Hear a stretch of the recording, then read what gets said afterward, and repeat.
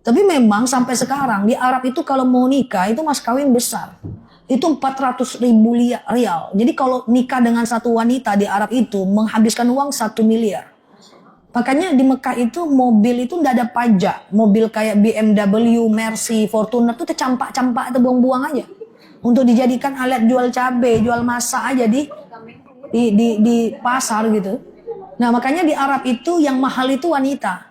Maka orang kaya di Arab itu ciri-cirinya bukan punya banyak mobil, mobil murah. Yang punya banyak istri. Dia makin banyak istrinya makin kaya dia. Iya dong, pintu masuknya aja 1 miliar. Bu, poligami di Arab tuh biasa. Ibu aja yang heboh. Ibu, jangankan di poligami, teman ibu aja di poligami, ibu pula yang marah. Orang istrinya biasa-biasa aja. Ustazah, kok itu poligami dia? Istrinya izin gak? Istrinya yang melamarkan. Kok itu kali? Lah istrinya aja tenang. Ibu jangankan di poligami, WhatsApp nyasar aja 7 hari 7 malam berkelahi. Kan kalau di Arab tuh poligami itu biasa aja. Iya kan, biasa aja. Tapi ini bukan rekomendasi. Tenang ya. Makanya itu saya pertama kali umroh waktu itu masih kecil saya. Umroh hadiah. Ya, saya kalau umroh bayar itu cuma sama bawa keluarga. Tapi rata-rata umrohnya free aja.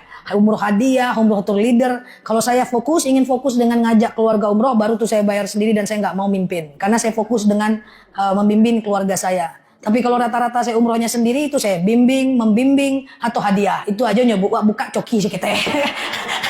Jadi dari kecil tuh saya umroh rata-rata umroh hadiah dan membimbing. Kalau saya umroh dengan keluarga baru memilih bayar sendiri. Karena kalau saya bimbing sambil saya ada keluarga saya nggak enak. Nanti nggak fokus ke jamaah. Jadi kalau saya ngajak keluarga umroh baru saya bayar sendiri dan tidak mau membimbing. Fokus bimbing keluarga kan gitu. Bimbing orang tua, bimbing kakak dan seterusnya. Jadi pertama kali saya umroh itu usia 15 tahun kan masih bagak tuh. Masih berani. Nah saya nengok orang Arab bercadar-cadar itu. Saya tanya, orang Arab. Waktu itu berani saya. Antunna araftunna anal wajah la aurat. Kalian tahu muka ini tidak aurat. Kenapa kalian tutup juga muka ini? Masih bagak bu, sekarang tak berani lagi bu. Nah, ya kan? Kenapa kalian tutup juga muka ini? Apa kata mereka? Ini perintah suami kami. Bayangkan, Masya Allah. Saking pentingnya istri, ditutup betul-betul. Makanya di Arab itu wanita itu tertutup. Mobil itu terbuka-buka aja. Kalau kita terbalik, wanita terbuka, mobil tertutup. Nah itu Masya Allah. Mereka menjaga kehormatannya itu, luar biasa. Mobil ditutup betul-betul, tak boleh lecet. Nah, bukan ibu-ibu, tuh jauh sana tuh. Makanya style tawafnya beda. Coba perhatikan. Kalau orang Indonesia yang tawaf, enggak semuanya, sebagian. Pak, pegang ibu pak. Kita udah, saya sendiri, bapak ibu 40 orang, pegang pak. Dipegangnya, iya ustazah. Apa yang dipegangnya? Kelingking dipegang bu. Ibu-ibu gitu juga, pegang bapak bu, kita dekat, kita mau tawaf. Iya ustazah, apa yang dipegangnya? Baju ihram yang ditarik-tarik, letak gede-gede baju bapak. Tapi kalau orang Arab tuh betul-betul dia pegang istrinya, karena dia mahal. Masya Allah. Lanjut. Nikah usia berapa tadi? 25. Apakah sudah diangkat jadi Rasul? Usia berapa diangkat jadi Rasul? 40. Jadi, waktu usia 25 tahun masih Nabi. Belum berdakwah tapi sudah membawa kebaikan. Tapi belum ada kewajiban dakwah karena Al-Quran belum turun. Usia 40 tahun diangkat menjadi Rasul. Berarti coba hitung. Berapa lama Khadijah menemani Rasul sebelum diangkat jadi Rasul? 15 tahun. Berarti memang Khadijah itu menemani Rasulullah betul-betul dari nol. Memang betul-betul kayak pom bensin. Kita mulai dari nol ya bu. Dari karyawan jadi istri sebagai nabi di usia 40 tahun. Sampai usia 40 tahun. Dan saya pengen sampaikan satu fakta sejarah. Sampai Khadijah usia 55 tahun. Saat itu Rasulullah usia 40 tahun. Waktu itu belum ada musuh. Abu Lahab, Abu Sufyan, Abu Jahal, Abu. Itu adalah kawan dagang mereka. Belum ada musuh. Dan waktu itu Khadijah kaya sekali bu. Kaya sekali. Ibu kalau pergi ke kota Mekah. Di belakang rumah Rasulullah yang tadi saya sebutkan. Itu ada pasar seng zaman dulu. Sampai kalau ibu sekarang nginap di hotel bintang 3. Salah satunya hotel Al-Massa. Itu sampai 2 kilo ke atas itu semua adalah tanah Khadijah. Sepertiga kota Mekah itu adalah tanahnya Khadijah. Saking kayanya pada masanya. Akhirnya usia 40 tahun Rasulullah mulai bingung. Ini kok kawan-kawanku si abu-abu menyembah berhala ini. Mereka kok menyembah berhala. Akhirnya Rasulullah SAW menyembunyikan dirinya. Dia tinggalkan jualannya, jalan kaki dia ke Jabal Nur, naik dia ke Gua Hira. Dari rumah beliau ke Jabal Nur 7 km. Lalu beliau naik ke atas tanpa izin Khadijah, naiklah ke Gua Hira. Dia pusing gitulah ibaratnya. Pengen sendiri karena dia lihat kawan-kawannya pada menyembah berhala semua si abu-abu tadi. Bayangkan itu di Gua Hira. Saya sudah naik ke Gua Hira juga. Jadi dari hotel ke Jabal Nur naik ke Gua Hira itu macam cuma 2,5 jam.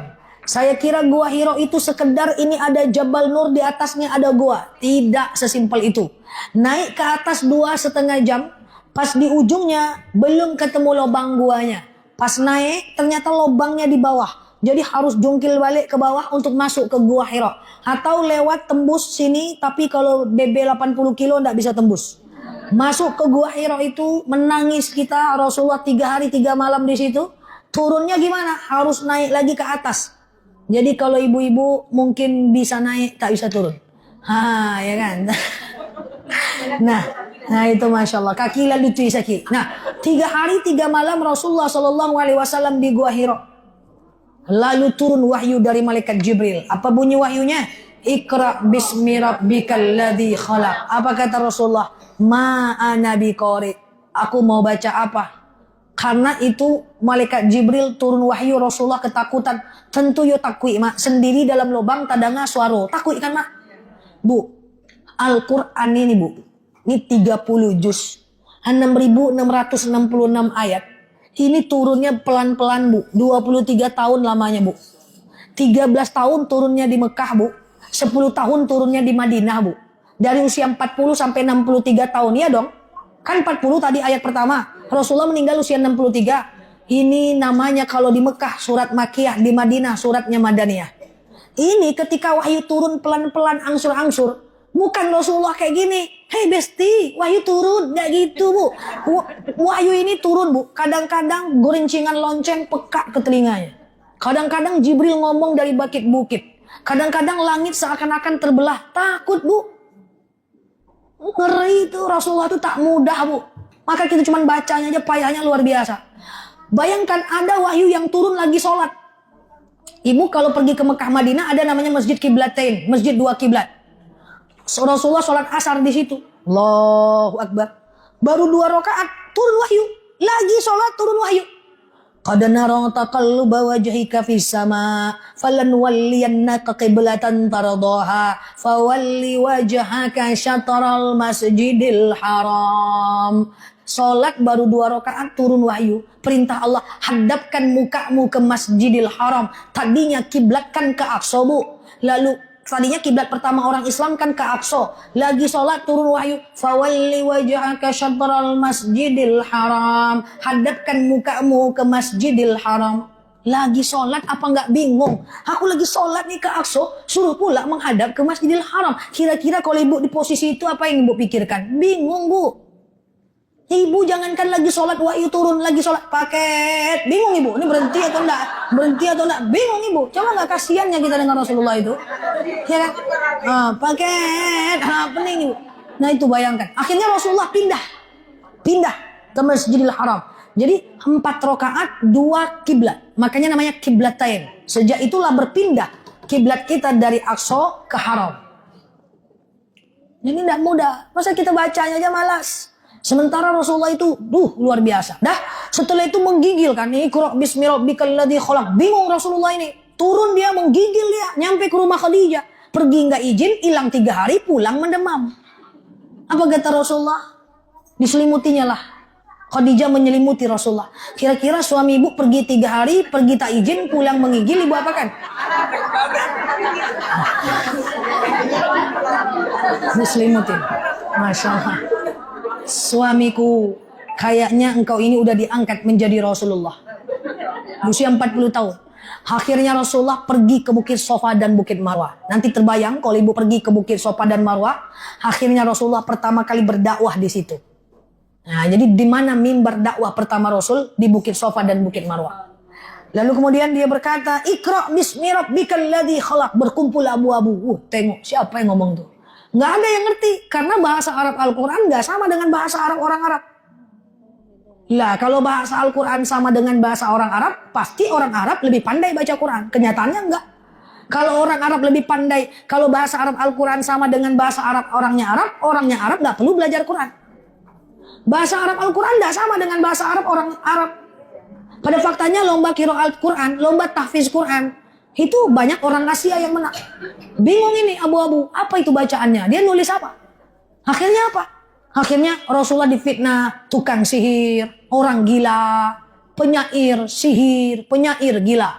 Sejak usia 40 tahun barulah drama kehidupan berlangsung. Yang tadi kawan menjadi lawan karena Rasulullah berdakwah. Apa yang dilakukan Rasulullah? Dia dihina, dicaci maki, difitnah. Cuman Rasulullah itu nggak kayak kita. Rasulullah itu kalau dihina, dicaci maki, dia itu biasa aja. Akhirnya dihina, difitnah, santai aja Rasulullah. Rasulullah tuh punya prinsip, kalau ada orang yang tidak suka dengan dia, bukan orang itu jahat, tapi orang itu belum kenal aja siapa dia. Jadi ibu, pakailah gaya Rasulullah. Kalau ada orang-orang yang tidak suka dengan kita, kita bilang apa? Dia bukan jahat, dia cuma nggak kenal siapa saya. Slebeo. Gitu kan? Nah, gitu. Masya Allah. Ya. Lalu apa yang terjadi setelah itu? Setelah itu ada dihina, nggak bisa, difitnah, nggak bisa, dicari cara yang keempat. Cara kedua. Cara kedua apa? Pengen dibunuh. Siapa yang pengen bunuh waktu itu? Umar bin Khattab. Waktu itu belum masuk Islam. Apa kata Umar? Waktu itu belum masuk Islam. Hei Abu Lahab, Abu Sufyan, Abu Jahal, Abu. Aku akan penggal kepala Muhammad, aku bawa ke tengah-tengah kalian. Umar ini bagak berani dia. Sampai udah masuk Islam pun dia berani. Sikit-sikit penggal, sikit-sikit penggal. Setelah masuk Islam, ada orang Arab Badui kencing di tangan Rasulullah. Ya Rasulullah, saya penggal kepalanya. Kata Rasul, jangan Umar, ini orang cuma belum paham. Dia anak kecil. Ada orang Arab Badui kencing di masjid, apa katanya? Saya penggal kepalanya. Jangan ya Umar, itu orang belum paham. Jadi Umarnya si penggal-penggal. Kalau ada suami ibu asli penggal-penggal, Umar lah tuh. Nah, ini pemberani dia. Pemberani dia. Lalu kemudian Umar bin Khattab jalan nih ke rumah Rasulullah, bawa pedang, pengen bunuh Rasulullah. Apa kata orang Yahudi di tepi jalan? Umar, ila aina ant? Kau mau kemana? Aku pengen penggal kepala Rasulullah. Ngapain kau penggal kepala Rasulullah? Adik kandung kau aja dan adik iparmu sudah masuk dalam Islam. Marah dia sama adiknya, dia putar ke rumah adiknya. Dia dengar adiknya membaca surat Toha ayat 1 sampai 14, jatuh pedangnya, masuk Islam dia karena dia nggak ngerti itu ayat apa. Ini bukti bahwa Arab Al-Quran tidak sama dengan Arab orangnya Arab. Masuk Islam dia. Singkat cerita Abu-Abu bingung. Wah ini gimana ceritanya nih? Dia difitnah, nggak bisa dibunuh, yang membunuh pula masuk Islam. Akhirnya Abu Lahab, Abu Sufyan, Abu-Abu, lalu kemudian membuat negosiasi. Dipanggil Rasulullah pelan-pelan. Muhammad, come here, sini. Santai aja Muhammad, ada apa Abu-Abu? Begitulah lebih kurang. Kita ini dulu berkawan, sekarang kita ribut aja, saling menghina. Sekarang gini aja lah Muhammad, yang udah masuk Islam biarkan masuk Islam. Yang belum masuk Islam jangan kau suruh-suruh lagi masuk Islam. Caranya gimana kata Rasulullah? Kata Rasulullah, apa kata Abu-Abu? Gini aja lah, sehari kau sembah Tuhan kami, sehari kami sembah Tuhanmu. Sehari kau sembah Tuhan kami, sehari kami sembah Tuhanmu. Apa kata Rasulullah? Oh tidak bisa, tidak bisa. Akhirnya dinaikkan negosiasi. Kalau gitu gini aja kata Abu-Abu, sehari kau sembah Tuhan kami, setahun kami sembah Tuhanmu. Rasulullah sempat tergiur dan ragu. Bergetar lututnya, langsung turun wahyu. Jadi kalau Rasulullah itu ragu, langsung turun wahyu. Kalau kita ragu, tak turun-turun si wahyu itu. Apa bunyi wahyunya? Kuliah ayyuhal la a'budu ma wala antum abiduna ma wala ana abiduna ma lakum dinukum. Bagimu agamamu, bagiku agamaku. Gagal. Akhirnya dipakai cara yang keempat. Dan cara ini yang paling menyiksa Rasulullah. Dan inilah yang membuat Rasulullah miskin. Biar tahu nih, jangan membahas sejarah Rasul, langsung Rasulullah miskin. Tidak bisa. Apa itu? Dengan diboykot. Tadi kan Rasulullah dan Khadijah punya dagangan. Orang Yahudi tidak boleh belanja lagi ke dia. Dan kita mau jualan, tidak boleh ngambil lagi barang ke orang Yahudi. Boykot itu terjadi 3 tahun. Tentu bangkrut bu. Ibu tidak usah 3 tahun lagi dagangan ibu diboykot. Tutup aja seminggu jualan tuh bu. Pandai kapal bu. Ya, ini 3 tahun. Banyak orang yang mati kelaparan. 300 orang kaum muslimin mati kelaparan saat itu. Dan akhirnya Khadijah mendadak menjadi miskin. Wanita nomor 1 paling kaya di kota Mekah menjadi wanita miskin ketika akhir usianya. Ketika Rasulullah pulang, istriku, kenapa kau lemah? Aku nggak makan ya Rasulullah. Bukankah aku tinggalkan makanan, aku berikan makanan kepada orang yang membutuhkan. Kenapa kau tak minta makan kepada aku? Aku, ya Rasulullah, kalau kau kasih aku terima, kalau kau tak kasih aku tak minta. Lah kenapa engkau tak minta makan kepada sahabatku? Aku tidak mau minta karena aku takut kau tak dihargai oleh mereka.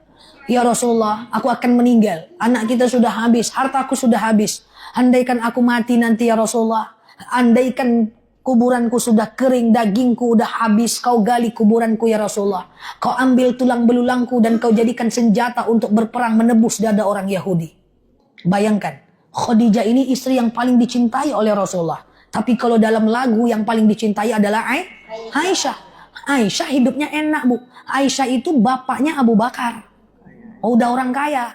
Aisyah itu membersamai Rasulullah. Itu udah di kota Madinah. Rasulullah udah bagus hartanya. Aisyah itu punya pembantu banyak. Riwayat mengatakan 9. Ibu punya pembantu berapa? Oh, ibu pembantunya. Tapi Khadijah menemani Rasulullah jadi karyawan Nabi dan Rasulullah. Sampai akhirnya meninggal dunia. Bayangkan di kota Mekah tak ada orang yang segan. Orang segan dengan Khadijah karena orang kaya. Tapi Khadijah meninggal. Bayangkan perasaan Rasulullah. Saking bagusnya Khadijah. Aisyah itu cemburu dengan Khadijah. Aisyah itu pencemburu, Bu. Jangankan orang hidup, orang meninggal aja dia cemburui. Jadi kalau ada ibu pencemburu, Aisyah lah tuh, Mak. Nah, itu Aisyah ya. Orangnya lemah, Bu. Tapi Aisyah tuh pintar. Ahli perang, baga, nggak menye-menye.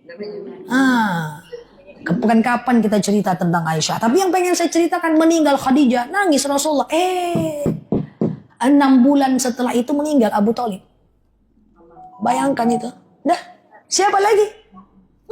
Makin beranilah orang Yahudi ingin membunuh Rasulullah. Kabur ke kota Taif.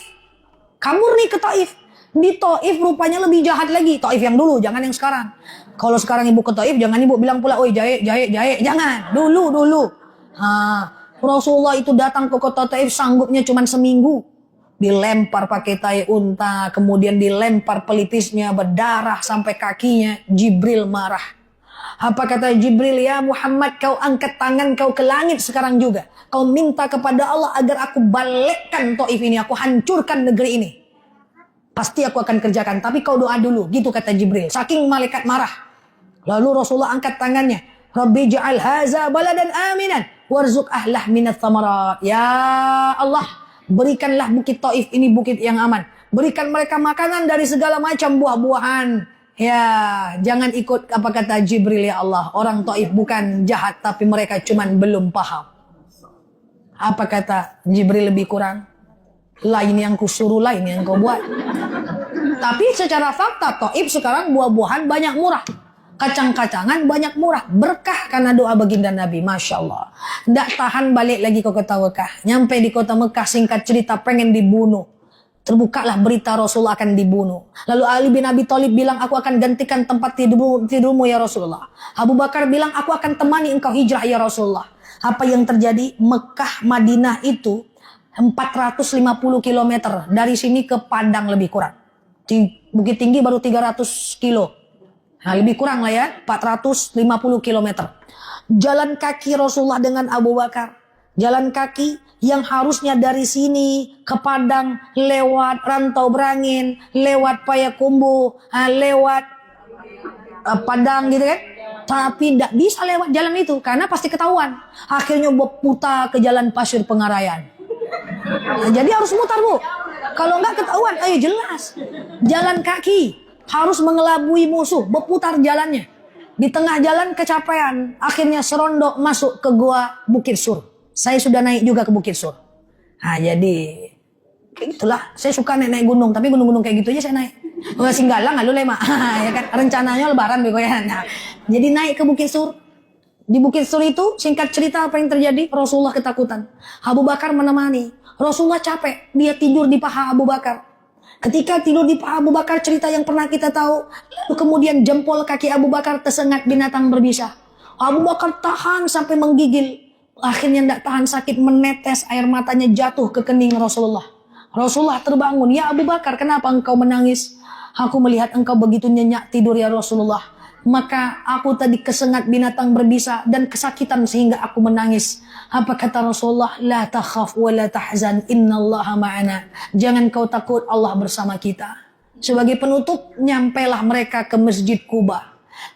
Sampailah mereka ke kota Quba. Jadi kalau ibu pergi umroh, Quba itu pinggiran kota Madinah. Perbatasan. Ibaratnya kayak Uwinawa lah. Rimbo panjang. Lalu sampai ke kotanya lah. Lalu Rasulullah menginap di situ 3 hari. Dan itu tadinya adalah kampung Quba. Tadinya itu adalah semacam kebun kurma. Punya 2 orang anak muda. Dan akhirnya diwakafkannya, dibangunlah Masjid Quba di situ. Rasulullah tidur, makan, minum, mandi di situ 3 hari 3 malam. Nanti kalau ibu pergi umroh, coba lihat di belakang Masjid Quba, jalan sedikit masih ada tempat pemandian Rasulullah di situ. Masih mengalir airnya, tapi kadang tutup, kadang buka. Dan ketika Rasulullah menginjakkan kaki di kota Madinah, saat itulah 1 Muharram. Berarti besok Jumat adalah tahun pertama di mana Rasulullah menginjakkan kakinya di kota Madinah. 13 tahun dakwah nggak sukses, pindah ke kota Madinah, 1 tahun sukses. Masya Allah. Nggak mungkin saya lanjutkan ceritanya, kalau saya lanjutkan besok pagi kita baru pulang. Tapi ini yang ingin saya sampaikan, sejarah yang selama ini jarang dibahas. Karena orang banyak potong-potong sejarah. Betul ya? Kalau ibu suruh baca sirah sendiri, nggak nampak lo mato. Nah, ya kan, saya ceritakan itu, nanti bulan depan kita sambung lagi. Semoga dengan kita tahu ini, kita semakin mengerti, semakin sayang, semakin cinta kepada Rasulullah. Yang malas-malas kerja, ingat Rasulullah itu kerjanya 4 negara. Yang malas-malas, yang selalu ingat ujian Allah, ingat ujian Rasulullah sampai pengen dibunuh waktu kecil, mak bapaknya udah nggak ada. Yang suka mengingat-ingat ujian banyak, ujian hidup banyak, ujian banyak, nggak ada yang sebanyak ujian Rasulullah.